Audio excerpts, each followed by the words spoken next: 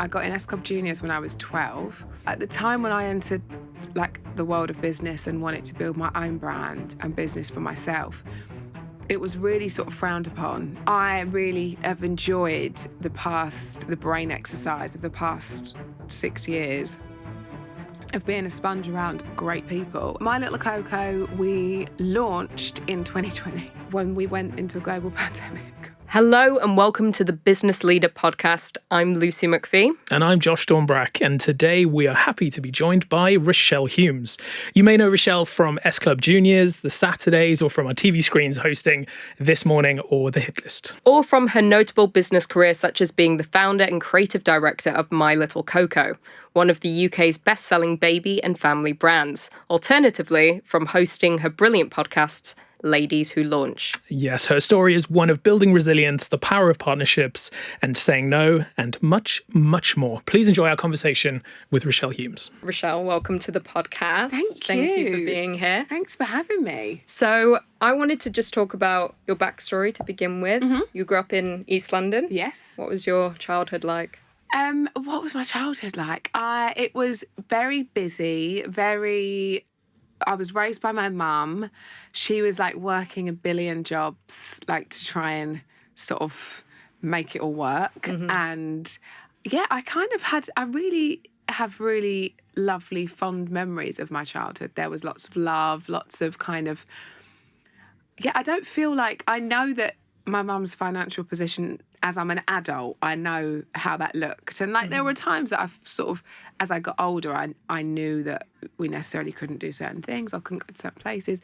But I didn't, it was so fulfilled and such a lovely childhood that when I look back as an adult and as a parent, I'm like, how my mum did it on her own, working, as I said, multiple jobs, and knowing that, she didn't have any sort of financial freedom to be able to do the extra things. I just had the best time, and I'm so thankful that she managed to do that with experience versus material things, So yeah, I feel very, very lucky. Oh, good. That's amazing. I also want to touch on your music career. Mm-hmm. What was your life like during that period? Do you look back on it fondly? Yes, I really do. I sort of started in the music business, as it were, very young. I got in S Club Juniors when I was 12. Wow. Which is 11 I think I was, and I was just about to turn 12, which is 6 months, a year younger than my daughter, which is weird to me, than my eldest. And I loved it. We were really, really well protected, I have to say. You do hear these stories of horror stories of child stars, if that's, for want of a better phrase. And we were really supported by our parents and how that looked, and we kind of were really scooped up and just had a great time. I remember I then had to be homeschooled, which felt like the dream. Yeah. And yeah, it was a really sort of nice, I look back thinking, it could have been not very nice because of the nature of that business and being quite a long time ago. But it was, very, very fortunate. And then after S Club Juniors, I was auditioning for a bit and trying to sort of find my way. And then an audition for, at the time, I thought was a girl band, which it obviously then was, but I didn't know anything about it. I didn't have any clue that Frankie, who I was in S Club Juniors with, I was going to go on to be in a band with her. You'd think that we sort of engineered it together, but we had no idea that each other were auditioning for the girl band. Yeah. And that happened, and then that's how I spent a lot of my early adult years kind of having a real ball with 4 other girls and living our best life and selling out arenas and selling singles and getting to experience some really fun moments, until then I went back full circle because I used to present television prior to the Saturdays. So then I went back full circle after the group, and I decided to sort of give it a rest. Yeah. I feel don't get me wrong, there are lots of, with highs come equal lows. Yeah. But I do feel, when I look back as a majority, I feel like my experience in that time was really fun. That's great, especially starting out so young. Yeah. It is very good. Because you hear a lot of horror stories. No, you do, and I think when I hear like, you know, you can watch these documentaries of like American stars, and it's the landscape there is so big, so I can understand that it's easier for like people to infiltrate a little bit. But ours was so protected, and we sort of come after those horror stories, so maybe everybody had their wits about them a little bit more. But yeah, I really did have a great experience, and I'm kind of pleased that I did squeezed as much as I did into sort of like my teens and early 20s, because when I was then 23, I fell pregnant with Alea. Okay. And which is quite, young to have a baby. So I'm so pleased that I like did so much. I almost kind of was a little bit wild, falling out of clubs until every time, because let me tell you, that has to change. Yes. So I was quite pleased that I kind of had that in abundance before absolutely settling down, sort of. Yeah. I want to touch, because again, we are kind of a mosaic of our experiences, highs and lows, and I want to just touch on a specific part that you've already mentioned. When S Club Juniors finishes, you can't be S Club Juniors and be in your late 20s, you know what I mean? It has to finish at some point. But that must be quite a shock, because, you weren't born with a silver spoon in your mouth, but you suddenly have this taste of this life, and you're earning good money and all this kind of stuff, and suddenly that just kind of disappears. And that's a proper character test, I guess. When you reflect on those days, get in touch with the younger you, how do you kind of feel towards that time? Are you thankful that it happened? Do you know what? It's such a good question, actually. And that time is always really poignant to me, and I think it's really shaped my work ethic along the way, because I didn't know what I was going to do, and I didn't know if you have so many lives, and I'd had a go at this and a go at that, and you've reached your quota now, you're sort of done.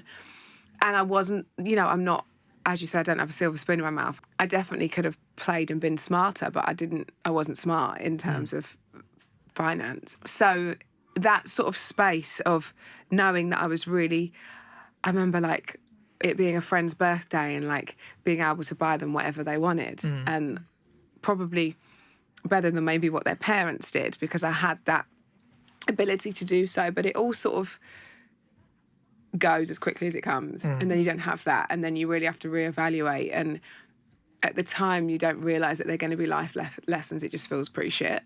So I think my work ethic has always stayed to a point, and I've always got that person.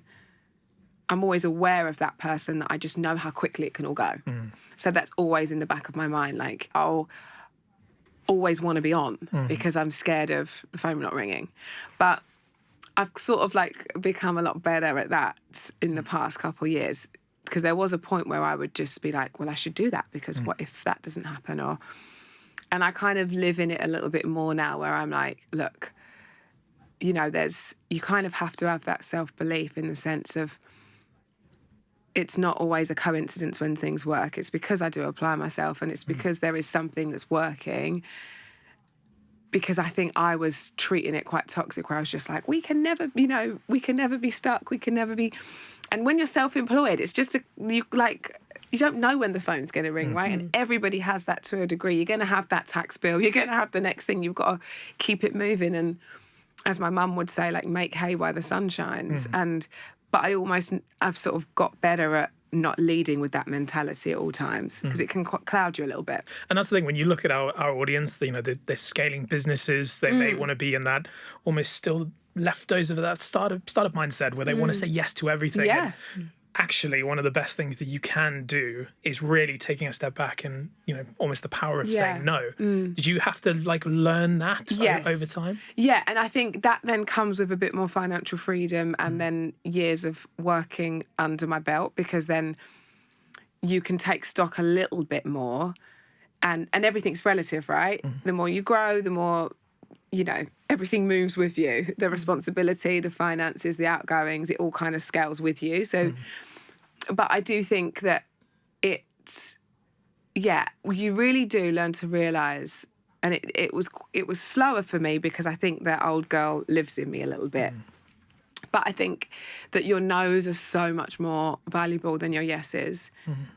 And being everywhere, or being everything, and trying to just make it work, doesn't always pay off. And like mentally, you know, from every level, it can kind of essentially hold you back sometimes. So I do think, the no is way more important than the yes. However, when you need money and, you know, you're not cash flow rich, you do just grab things with both hands. So I do get it, because it's easy to fall into that trap. I have several times. Yeah. Were there any early mentors, whether that be in music or business, in your early life or even later on during your transition period from music into business, that really shaped your mindset?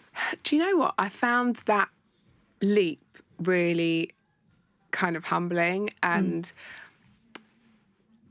when I say there were lots of people that I sort of looked at, and I thought about what it means to like have a mentor the other day. And I actually think you can meet somebody at some point that says they can literally say one sentence and you're like, it can stick with you forever. And I think I've been lucky that I've sort of grabbed up a little bit from different people along the way. But at the time when I entered like the world of business and wanted to build my own brand and business for myself, it was really sort of frowned upon. And it was, it wasn't necessarily the right move, as in like I didn't get advised that would be the right choice. It was risk taking, you know, why not be an ambassador or the face of someone else's brand and we'll get you a good royalty because it's, you know, it's a lot less risk and some believe the same reward. But for me, I was really passionate. I wanted to build something for myself when I built my Little Coco. But I did find that transition a real difficult one and quite a lonely one, which is why essentially I ended up building Ladies Who Launch, my podcast, because I was desperate to pick brains of other founders that have, you know, not necessarily of a similar vein, but kind of entered that world and didn't necessarily know what was waiting for them at the other end. Because whenever I would meet women or anybody out that had done something similar, I'd be like desperate to be sat next to them at the dinner party so I could just ask away, you know. So that's kind of where Ladies Who Launch was born. So did you find, I guess, it was a bit of a double-edged sword when you transitioned into business, being someone that already had such an established public presence? Did you find there was a lot of misconceptions about you? Yeah, I think, in the way that I suppose people would assume that everything was only ever from an agent when you have a public profile to a degree. And I'm sure there is lots of talent out there that do operate in that way and that works for them. But for me, I've always been really at the front of and centre of anything I've done. So when I was entering those rooms without an agent, or if my manager that I trust is with me, they would just talk to them. And I'm like, no, hello. That's me that's asking these questions. So I definitely found that like shift quite very humbling. Yeah. But also I'm kind of used to that. I've always been like, you're in a girl band or you're on TV, so people assume that you've got no idea what's happening in the room, or you know, somebody does it for you, or it must be all written in the press release. And so I do think I kind of operate at a level that I expect people to think that anyway. So, and I use that as my superpower. I'm like, the more I do interviews like this, I expose myself. But actually, I'm like, great, don't think I was listening. Because while you thought that I was there all naive and worrying about lip gloss, I was taking notes and I was actioning stuff. And I think I kind of like to, I see that as a bit of a superpower. Yeah. But I definitely, I mean, there's loads that I think that people probably took the wrong way. And I think it's leading in that vein of, I suppose, people not really thinking that I ultimately knew what I was talking about. And at the start, there was a lot that I didn't, to be honest. But I've learnt on the job. And it's definitely when I think about the start. And I think people also assume that that I sold product based on my, like you say, having like a public profile. Yeah. Which 1,000% gets people through the door. Yeah. Like there's no argument there. I don't think anyone with a public profile could say otherwise. I mean, it doesn't always convert. You might back a brand and it actually didn't resonate. Yeah. But I think if you're passionate about something, you have a following, whether that's now seems to be led by social media or however that looks, you'll get people to support you because you'll have the people that always do. Exactly. But does that mean when it runs out, they're going to buy it again? Yeah. No, it doesn't. And to have that repeat purchase, like I would buy milk if Beyonce told me to. Because guess what? I love Beyonce. Yes. But if the milk tastes like shit, am I buying it again? No. I might fill it up with another milk because I still like her. But what I'm saying is it gets you so far. Yes. And it does really, and it becomes exposing. And sometimes the launch isn't the problem, it's the sustaining. Yeah. So I think that's where I think people in that first sort of maybe 6 months, a year thought, well, obviously they're going to buy it because she's got people that are going to. But I think it's that, consistently having people run back to the store or go straight online because they've run out, that's where it becomes different. Yeah. So I guess for a little bit of context, if you could just tell us a little bit about My Little Coco, Yes. what kind of led you to launch it, and then also maybe just an idea of kind of the size of the company, how many people are working there and stuff. Yeah. So My Little Coco, we launched in 2020 on February. It was February the 17th. Even better time. Wow. Just to give you a bit of context. But of course, I'd been building up to this for like 2 years prior. And we were unsure of if we were going to partner. Oh, I should also say that it is a baby children's family lifestyle brand, and we specialise in toiletries and body and hair care. And so I started working on it when I was pregnant with Valley. And then when Valley was born, it then ramped up and I had a bit of downtime and I couldn't really understand how you couldn't use the same product on my 4-year-old to my newborn. I'm like, they're both precious to me. That's kind of, I didn't understand that we couldn't simplify the routine for the whole family. Yeah. And also bringing diverse skin and hair products to the high street of a premium feel. That was kind of really, I wanted the aisle to look different and not just have to go to like in the supermarket when you have the world foods aisle. It was almost like there's like a little niche, diverse section. Yeah. And I'm like, absolutely not.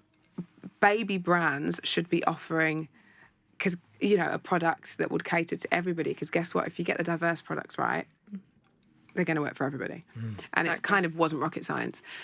And I was shopping really premium with my first, so I kind of wanted to bring that feel to the high street. So that became my mission and what I'd really set myself of building what I felt was the best possible brand. And we've changed over time, and we've, since then we started with 7 SKUs and now we cover so many different categories now that we're like sat at like 90 something, which is bizarre when I think about it. But yes, we launched the brand on 17th February, which we all know then what followed in 2020 after that. And we, at the time, were debating whether or not to be a straight e-com site. But the goal for me was having it on the high street. That's the whole point. You want to try, you want to feel, so it was a retail business. And we'd pitched it to lots of different retailers. And no one really, they got it, but they wanted me to lose the like hair care products, which were like for curls. And they kind of were like, we want this, but we'd love the body wash, the body moisturiser and the shampoo. And I'm like, the range is the range. And the reason it's born was actually because of the diverse products. Yeah. So it wasn't gelling. And I think that the retailers might have liked the idea of like it being like Baby by Rochelle Humes, which isn't what it was. I wanted it to be a standalone brand that you don't necessarily have to know it's mine. Yeah. So we then had the last meeting we had. I was like trying to get this meeting with Boots, and I did. And I never forget. I went in with the team that worked for me at the time. Some of them still do work with me now, and it was like a table full of women, and they just understood it instantly. I spoke them through it. I showed, I had product in front of me, and we hadn't filled any product then. So we're literally taking them out of sample pots, and I was showing them like what it's going to look like. And I had like little bits of components, and it was all very like, this is what we're about. This is what I want to do. And they literally sat there and were like, love it, let's do it.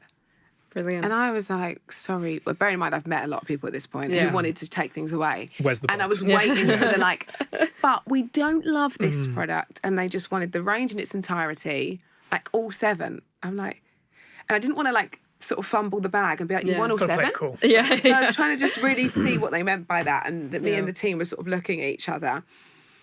And then they sort of have been...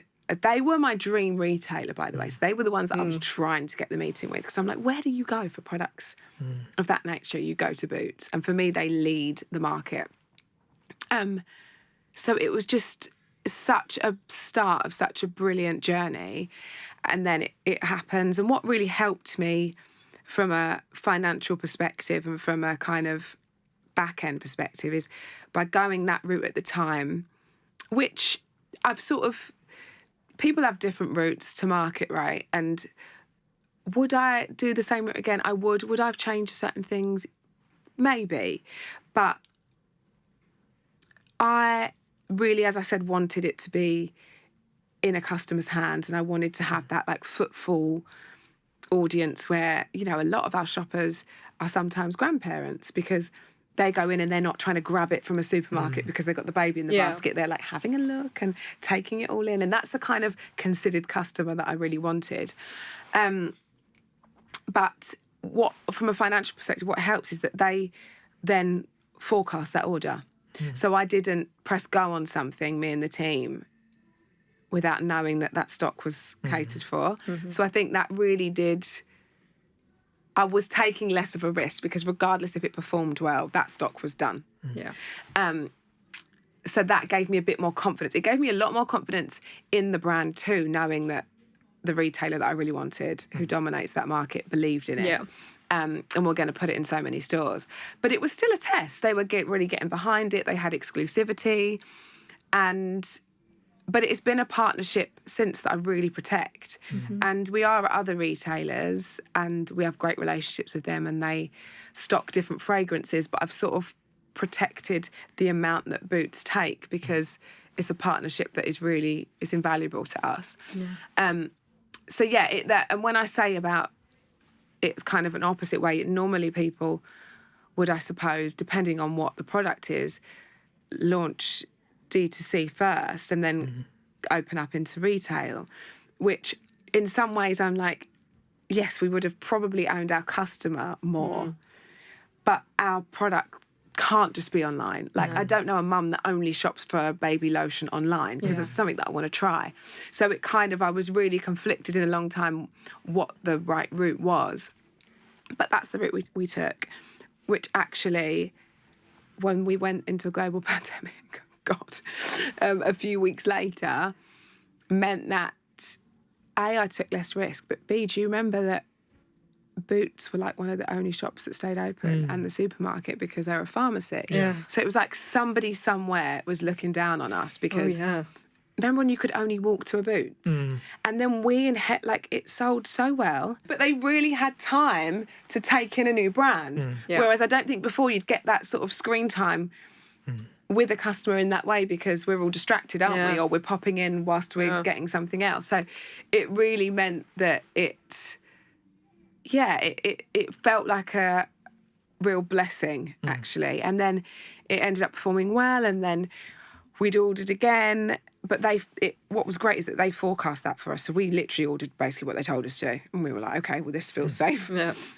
But then they obviously needed, and then that's when I was like, oh, that's the kind of like pop star media me that was like, oh, it's not great when you sell out. Like that was where the naivety come in. And then I just saw everyone like, this is a logistical nightmare. And I was kind of expecting that we were going to let off confetti. And everyone was like, well, no, because we can't. And this is obviously learnings. And now I'm so far in that I know that that's the case. And stock is something that is a constant, the team will always be managing. And obviously they don't want an empty shelf. And I didn't understand that. I just thought, well, that's great. If someone goes to my Little Coco shelf and it's empty, everyone's going to want it more, which works to a point. But obviously you lose shelf space if you can't fill it. Yeah. Exactly. So that's all of those. I didn't know any of that at the time. I was just like, fabulous, we're sold out. Great. We'll get it in when we can, guys. Let you know. Yeah. But yeah, so that's when I really was like, oh, okay, I know nothing about the world I'm in. I'm going to sit and I'm going to be a sponge around everybody, because creative, launching a brand, detail, product, that's me. I'm obsessed with that. You know, creative director and founder, obviously, but that's essentially my role. And I really have enjoyed the brain exercise of the past 6 years of being a sponge around great people and really sort of understanding the world properly that I'm in. Yeah, that's fantastic. I've never had to before. No. It's always been someone else's thing, and I get an affiliate link and I sell out and I'm like, fab. Yeah. You've done Royalty yours, check, thank you. Yeah. But it's so Nice as different well. when it's like, that's when you got to pull your sleeves up and Yeah. think, this is where we really have to understand it.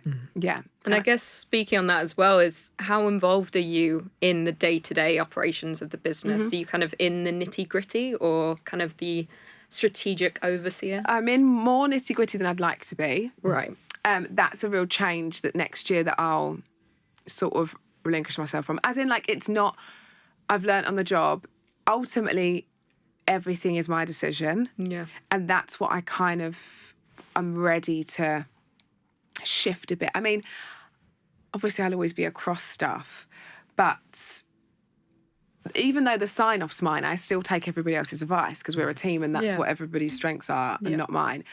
So I just want to solely be creative director and lean into that, because that's my thing. Like, I don't want to be worried that, like, our parcel's going to be late to the Middle East next week, because it is, and I just don't want to be across it. But obviously I know it's happening and I know that they'll tell me, but I don't want to be the one that's checking that this person spoke to that person, and because I just don't. It's not my skill set. It really isn't. And some people and I see it in my team, that lights them up, and that is problem solver mode. But it's just not where my time is best spent. And I've got, like I said, they are kind of in the doing of that, but overseeing that isn't my strength at all. I love that self-awareness piece. That's quite important. You find a lot of leaders don't want to relinquish certain things, even though they're not good at it. It's a big ego thing. Yeah. And I do think that I was there because I just felt like I had to protect this thing that I remember got advised not to do by management at the time.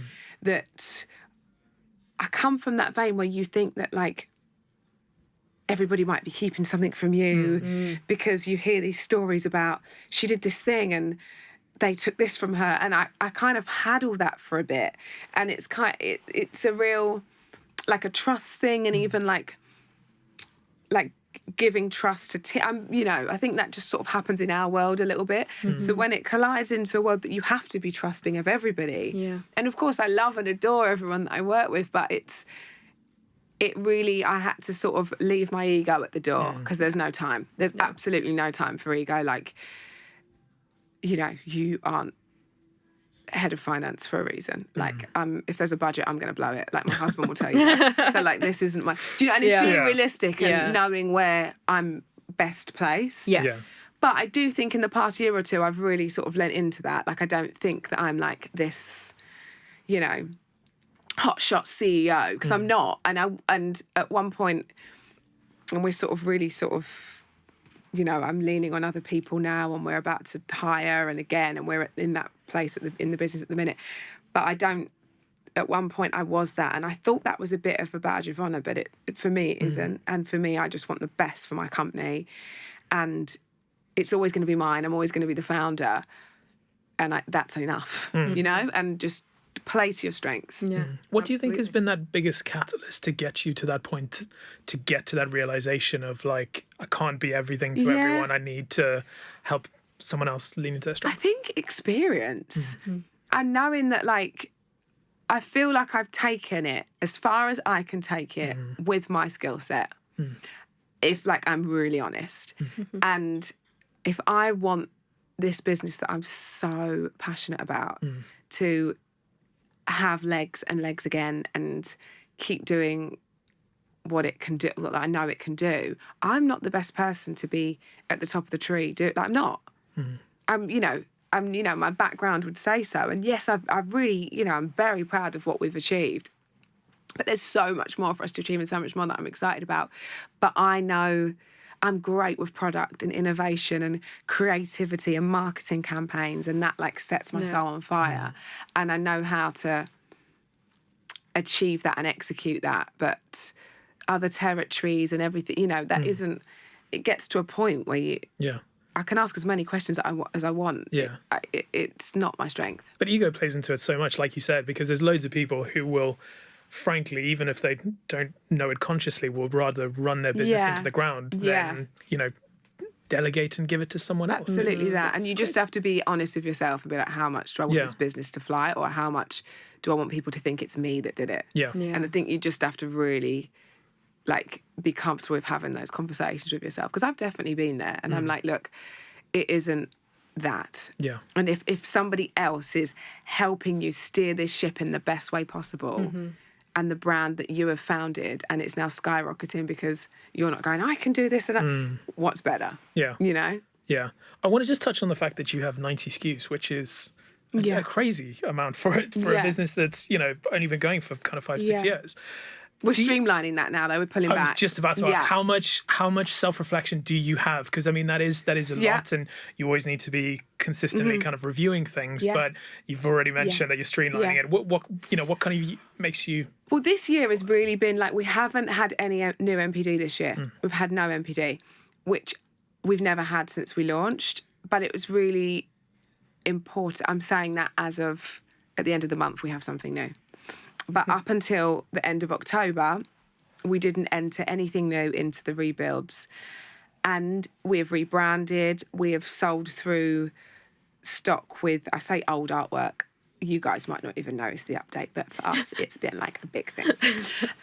Is this The Onion by any chance? Just, God, how funny is that? Well, that's another story. That's when you give a design to a child who tells you your coconut looks like an onion. And then you all in the meeting go, it looks like an onion. It absolutely does. The mouth of Takes a child to humble you. So we've we've rebranded all of our, and do you know what's amazing? I went into a boot store the other day and it's all new artwork, and I'm like, oh my God. And I remember the start of the call where we just had a delivery of, I think 800,000 units into our main warehouse. And I was like, okay, we've got to get through them. And then because I'm so right, I've decided it's new. Yeah. Let's go. I'm like, we've got to sell through those. Let's go. Yeah. So we haven't had any new MPD, but for a really good reason. I wanted to take stock, see what's performing. We got given such great opportunity in store that we were just running with it. And there wasn't necessarily a real strategy in place. Power of no again, right? Exactly that. And our brand really thrives off of MPD, actually. It really does give the whole, and I'm sure lots of businesses are the same. So for us, I was like, right, I just want a year of sustaining everything, really stripping it back, because we'd entered different categories, with Baby Axe, which is, in terms of store, would be weaning accessories. The same buyer does. We have a pre and postnatal range called Baby Mama, which performs really well. We were first to UK market with sheet masks for the bump. Amazing. Which are up there with one of our best sellers. But we'd kind of sort of looked at so many. We were doing kids' sunglasses. We were doing every accessory to have mealtime with. And we'd sort of become this real lifestyle brand, which was great. And I loved it. But I kind of was like, right, can we just take stock and look at everything? What do we do best? What strengths, should we play to? And almost have those really honest conversations of should we pull back? I never want to get to a point where we're being sort of told by the retailer that something's going to be delisted. I want us to really, which will happen at some point, but I want us to be really considered and keep using our customers and I know everybody uses the word community now, but really sort of tap into that and know where we should be at next. And we're literally about to launch 2 products that are so simple, but they're fragrance-free. And we're literally about to launch a fragrance-free moisturiser and a fragrance-free, we call it our everything wash, which does what it said in the tin. And that really came from our customers. And that was probably the first thing that I hadn't already preempted, because I love fragrance. I love, and lots of people, but I kind of love that smell, and I really associate like one bath wash to one child, and like I love that. But not everybody does. Not everyone can take it. And that was driven by our community that are like, would you ever do fragrance free? And we do have fragrance free products. We have a bottom balm. We have an everything balm, which is like a hero product for literally everything, but not the washes and not the lotions. So that's really exciting. So that's going to come. And then next year we've got a massive, massive meeting tomorrow for marketing. But next year is big for us. We're taking on other accounts. So like next year will be such a big one for us. So I wanted to keep this one really considered, and I'm so pleased. But I did have to really listen to my team on that too. And sort of say, look, let's not, at the start of the year, let's just sit on this year. So this was our year of like making what we've got work harder and really elevating each thing. And next year can be new MPD. Yeah. Brilliant. That's really exciting. You, of course, have your own podcast called Ladies Who Launch. You sit down with female CEO, founders, entrepreneurs. What made you want to start that? Was there a gap in the market you wanted to fill? Really, really self-indulgently. As I said at the start, like I just really, when you're a founder, it's really lonely. Like it's quite isolating, as in like my husband hears everything, but like how much does he actually care about, the fact that I'm going to have to air freight some stuff as well as ship it. Like it's like, it's quite a niche thing to be bothered about. And I do get that. And he's in with me, but I know that he's like, right, okay, so what did you do and what do you think? Where I kind of want to bounce off someone that gets it. And not everyone in my friendship group is a founder. Like that's not really a thing where everyone does the same or has the same line of work. So really for me, I would always gravitate to people that I met. I'm like, oh my God, I love her. She's done this for years. Like I'd love to just sit down with her and pick her brains. So I thought, let's make a podcast. Let's make it successful so more people want to come on. And now I get to pick the brains of these incredible women. So it was really self-indulgent. But what that has then led to, it's really led to, again, a community that's really grown organically of women that like want to ask other women questions and that are like, are launching, they've got a startup or they're a few years down the line and they need help trying to find a PR person and they like talk to each other. And honestly, I'm so, for something that started off as me thinking that I was just going to have a chat as really, and also we launched on New Year's Day with Emma Greed, who's one of my favourite founders and CEOs. She's so impressive and so generous with her knowledge and her time. And she really, really is, what you see is what you get. And we launched that first episode on New Year's Day because I just was like, I want to start it in the new year and we're going to go every Wednesday. So it's like a treat, like a hump day treat. And then I was like, what's the first Wednesday of the new year? And it was 1st of Jan. So we're like, oh, it feels great. Like it's good. It just sort of aligned. So and what I did is at that point, I'd finished before Christmas and I'd taped like 10 or 12 episodes. And I'd planned to do 8. Have a break, and then like in a few months put out the next day and just go from there. So it was all in the can really, and I was like, we'll just promote it and make people aware of the conversation. And then Apple call us on like episode 2 or 3 and we're like, this is going really well, don't be off. And I was like, sorry, what? What? And they were like you're getting that people are looking forward to being tuned in again, week on week. The way to build this is you don't take a week off.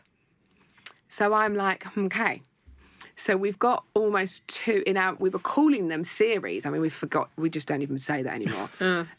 Because we've been on every single Wednesday since. And it really has been part of people's routine. And yourselves, like when you build up that momentum, that's, I guess, essentially what people are looking for. But yeah, I've created myself a whole other job alongside of everything else, which at the time I didn't know, guys. I should have come on this before. I know, I was just thinking that. I mean, the biggest thing with any kind of content creation is consistency. Right. And well, we've learned. Yeah, and you, as soon as you take a break, you find you come back and no one's there anymore. It's quite well, I'm difficult. A TV girl. We can bank a series, go again at Christmas. I'm like, what's all this? So yeah, I've got a newfound respect to anybody that's got a podcast, because it is, like you say, in all content creation, right? It is consistency is key. Yeah. And but I've enjoyed it, and it's not a hard thing for me to be consistent on. We batch a lot of the recordings now, and I was in taping before I come to see you guys today, but I just love it, and I feel like I've also built an incredible network of women that I've made friendships with, or like meet for lunch. And Mona Katan, who is part of Huda Beauty and's got her own Kayali fragrance. She's absolutely incredible. Now we're like meeting, and she's helping me with guests. It's so incredible that we just met on the podcast, and now we have such an open dialogue. So I think it's been really, really nice. So it's a self-indulgent one, but one that seems to have connected with lots of women. Oh, absolutely. And I can imagine there's some takeaways from each episode that you can put into your own business or change your mindset. And what's great is we're on episode 47 or something now. I know. And I feel like I've got enough people that we've stayed in contact with that if there's a problem, genuinely, I'm like, you haven't got 5 minutes today for me. And someone's been there before. And I think to put that on a scale for a listener is actually that we don't ask enough. We get so embarrassed of failing loudly, or that embarrassment of putting yourself out there, that if you think somebody has got the answer to something that you want to ask, they will be delighted to be able to share that info. It's so crazy when people ask me a question. I'm like, oh my God, I love it. And the worst that's going to happen is someone that says no. Yeah. Exactly. Or that they don't know how to help you, but they can pass you somebody that can. And I think we just really have entered, I don't know if it's social media that's done it to us, but that sort of phase of we just don't ask enough questions, or send enough messages, or ask to pick someone's brain, because it's always quite nice to take a break from your own thing and go, oh yeah, I know, it's quite a bit of escapism for the person on the other end. So ask more questions. We all need to ask more questions. Yeah, I agree with that. I think sometimes people don't want to seem like they don't have the answer. Yeah, but you don't. I know, and that's don't worry the problem. About seeming like it's true. It's all comes from ego. That's the thing, unfortunately. Yeah, I used to think, what are they talking about when they talk about a 3PL? Or and everyone talks. And I was saying the other day, I only knew about JLS before this. And now I know all of them, these acronyms. But it's funny, and I used to sit in meetings, I go, and just not know the basics, because it just wasn't my world. But just ask, what, and I look back and I think, you're so silly. No one would have cared if you'd have just said, or after the meeting, if you didn't want to do it in front of everyone, go, what does that mean? Because So I always say to people, ask questions, because I didn't ask enough early on, and I wish I did. I mean, you wear so many hats. We've already kind of touched on a lot of them. Taking a couple off, taking a couple off. But I mean, you have to juggle a lot of things, let alone, being a mother and things like that. The family takes a lot of time. Exactly. What is kind of one or two productivity hacks that you've kind of come across and you swear by? I don't know if it's a hack, but for myself, for my brain, I in the week, everything's really structured. So I zone everything. And for example, a Tuesday, come rain or shine, is My Little Coco focused. I'm on my phone and I'm in and around all week, 24/7, 24 hours a day. But My Little Coco on a Tuesday, I'm in that office, I'm in the warehouse, and I don't move. So, I mean, I can't go for a wee without someone going, whilst I've just got you, whilst I've just got you, whilst I've just got you. But I know what headspace I'm in. So and on a Monday, we have a general catch-up day that isn't just My Little Coco, it's a bit of everything. And then, so Tuesday's My Little Coco. Wednesday is a day that's if and when. So, for example, if today couldn't have worked today, I would have put it on a Wednesday, or I'd put a photo shoot on a Wednesday, or something that kind of, it can be sort of a bit loose. Thursday, I batch record. podcasts, and Friday we all are online, but we're around and we work from home. And that's kind of how my week's structured. Right. It gives me like a bit of consistency or a bit of routine in a world that you can't have any routine. Yeah. So but for me, I can, on different days, put my different hats on, if that makes sense. So, and then I know like on a Friday, I might have a hockey match, so I work from home, so I'll be there, but I'll be the mum that's sort of got the laptop out and, "Mate, you're doing amazing, sweetie," over it all. But it just gives me a bit of brain space, and I think I just used to try and do everything on every day, but that just didn't, when there are so many parts to what you do, nothing then gets done properly. So I really just try and I won't even pick up an email on a Tuesday of anything that isn't My Little Coco. Right. So like I've screened my emails and I'll like reply to all of those ones. And so I think it's just really helped the way that I operate and the way that I go into the week. So it's not necessarily a hack, but just like dividing your time, but being clear about it. Don't even cross over into the other stuff on those days. Because it's consistent for you, but also the people who need to get in touch with you. They know they need to get hold of you on a Tuesday. Yeah, exactly that. Yeah. But like I said, I'm always online, but just to be in with the team on those, like they know, like I'll get in on a Tuesday and it is like meeting after meeting after meeting after meeting after meeting. But it's good, and I leave and I'm like frazzled. But it's good that I then know, and then all week I think of stuff that obviously if it needs to be happening there and then, but it gives like everybody a little bit of accountability that we check week on week, like what's progressed, what hasn't. So I think, just zoning your time a little more and not doing anything else other than what your brain's supposed to be on that day or in that hour, for instance. Yeah. So I wanted to move into a few quick fire questions. Oh, I like quick fire. I'll try. I'm not very good at them. Okay. I'll try. No pressure. Dream guest for Ladies Who Launch. Oh, I would love... Not allowed to say Beyonce, by the way. Or her milk. You know, Does she know she's got a brand of milk? we've created it. And apparently it's not very good milk. Yeah, it's not good. You've got to change it. First question to Beyonce. Do you know what? There are so many women that I'd love to talk to. So can I give you a few? Yes. Right, Victoria Beckham. Oh, excellent. Because I just think I am such a fan of her pivot was like, I suppose, the same, but obviously on a massive scale to what so I really look to her for like, she's managed to do this and go from the girl band and be in there. And she was obviously on such a big scale before me. So there's so much I'd like to ask her. And if she encountered problems in the same way, and the fact that I know that she said publicly that it's only sort of in recent years that it's like her business is profitable. There's so much that I'm curious to... And I'd want to interview her because I actually don't care about her personal life. I know that, and that's one thing about our podcast that I'm like, I'm not going to ask who's talking to who and how your family are. I just actually want to talk about what you have achieved. Yes. So I would love to speak to Jessica Alba because the reason My Little Coco, one of the reasons that it was born was because I really loved what she did with Honest stateside and really watch that journey. So she's always been an inspiration in that vein. Who else would I like to talk to? Hailey Bieber. She's had such a big launch. She's had like Sephora's biggest launch in history. It's incredible what she with did. Rode. And I think it is like from start to finish, it's been like she set the bar at excellence. And I'm just so interested. Yeah. So there would be my top 3, I think. Brilliant. That was really quick, wasn't it? For this quick fire round. Wait for the next one. Yeah, this one's going to slow you down even more. If you had to host a dinner party with anyone, dead, alive, fictional, non-fiction. Leaders, business leaders, music leaders, anyone. A leader. Could they be past or present? Yep. Yeah. So they could like be dead. They can be dead and they can be fictional. Isn't it? Okay, fine. So if that's the case, I would love to have Estee Lauder.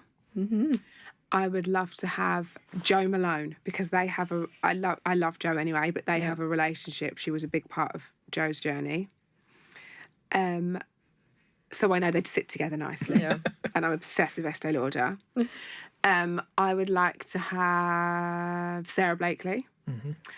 I would like to have Emma Grede because I've had her at dinner parties and she's great. She's a good person to just like ding ding on the glass and go, right, everyone, we're going to do this.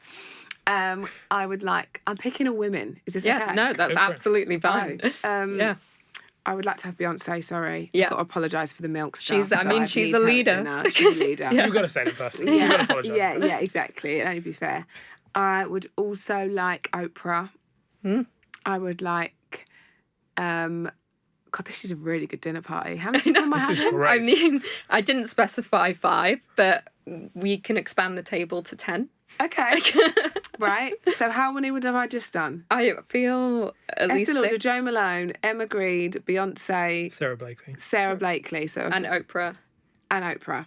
So Right. 6. Okay. So I've got 4 more. Fabulous. I would have Whitney Wolf. Okay. I'm so fascinated by her. That's another person I'd like to talk to. And I would have, I've got 2 more. God, this is really good so far. I know I've got to be there. It's table for 10. Yes, okay. Okay, so You're one of more. them. Don't leave me out. No, of I'm this. not. This is my own incredible dinner It's party. your party. It's a dinner party without... Rihanna. Oh, perfect. There we go. You got to get the Fenty inside. Yeah. There, Yeah, of I course. mean, Yes. come on. There we go. I'm buzzing with that. Okay, amazing. When's it going to happen? Should we say it like that? I'm so sorry. It's cancelled. And finally, what's one fact about you that we can't find online? Oh, that's a really good question, guys. Do you end every podcast in that way? We will now. You need to. That's really good. One fact that you couldn't find out about me online is that, I don't know why this is coming to my head, but this is so weird, that I can only swim breaststroke. I was like the world's worst swimmer at school, and I couldn't do the front crawl, I couldn't do the butterfly, anything. But let me tell you, I got a certificate of my breaststroke. There we go. Brilliant. So do you know what? Sometimes You were focused on that one. I was focused, Greatness and in it's one. not about Yeah. being good at everything. It's Exactly. just About being good at one fine thing. tuning it. And let me tell you, that breaststroke is golden. Brilliant. Rochelle, thank you so much for Thank you so joining us. much. Thanks for It was a having pleasure. me.